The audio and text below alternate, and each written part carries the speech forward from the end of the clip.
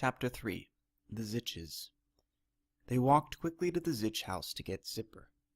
As they neared the end of the walkway, Judy Zitch opened the heavy steel door and waved them inside.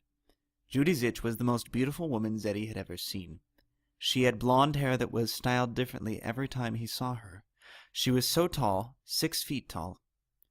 Her brown eyes were always lined in blue, and she wore this amazing lipstick in bright red or pale pink. Most women had adopted the no-makeup look since the international government seemed to arrest women that wore makeup more than those who didn't. But Judy Zitch wore as much as she wanted. She walked them through the corridor to a dark room lit by candles. An elderly Miss Zitch sat at a round table, the long crimson sleeves of her satin dress draped across the sides of the table from her arms folded in front of her. "Do join us for tea," Judy said as she directed Zeddy and his mother towards the round table and its enormous chairs. Zeddy had never seen Judy Zitch's mother before, at least not clearly. Even when she ventured outside, she always seemed to be barely out of his sight's range. It had seemed odd to Zeddy, since he had perfect vision and she only lived 4 houses away. People in the neighborhood gossiped that she was a witch. Zeddy looked around the room and thought they might be right. Zeddy and his mother sat down in the elegant hardwood chairs that surrounded the table. Zeddy thought the Zitches must be really rich because actual wooden things cost millions of dollars since the Tree Protection Act. Hardwood furniture hadn't been made in nearly 50 years. It felt warmer and more inviting than the metal or plastic chairs he usually had to sit in. The wood felt smooth and rough at the same time as he explored its grains with his thin fingers. Zeddy peered across the table in the dim candlelight at the old woman sitting before him. He noticed her deep golden eyes.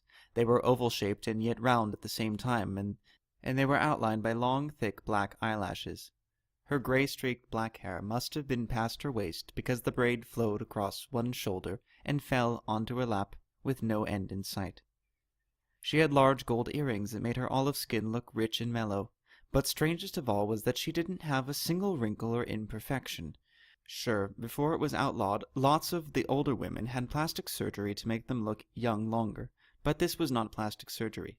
He had seen women that were old now and had undergone plastic surgery in the past. Those women looked really creepy. The elder Miss Zitch looked amazing. If possible, she may have been more beautiful than her daughter Judy. Judy brought out a tray with cookies and a tea that smelled like cloves with a citrus mist. She poured into the cups, passed out cookies, and then joined them at the table. "You really didn't have to go to all this trouble," Zadie said.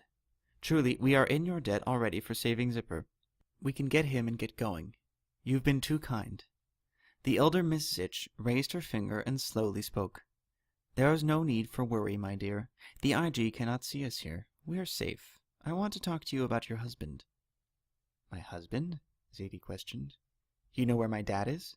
Zeddy chimed in. "In due time," said the elder Miss Zitch. "In due time." The elder Miss Zitch lifted her cup and sipped the steaming tea. Although each of them were beyond eager to find out what Miss Zitch knew about Zeddy's father, Zeddy and his mother both picked up their steaming cups and sipped the sweet, fragrant tea as if commanded to do so by some unseen force. Zeddy had never tasted anything like that soothing tea. It was so sweet and left the most wonderful taste in his mouth. He tried a cookie, and it melted like butter, and sugar spun into an airy, crisp wafer. This had to have been the best snack he ever tasted. Zeddy and Zadie had forgotten, in their worried state, that they had not eaten lunch.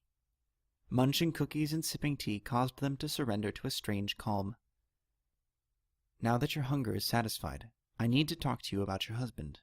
I know you are both very worried," the elder Miss Zitch said in her eloquent voice.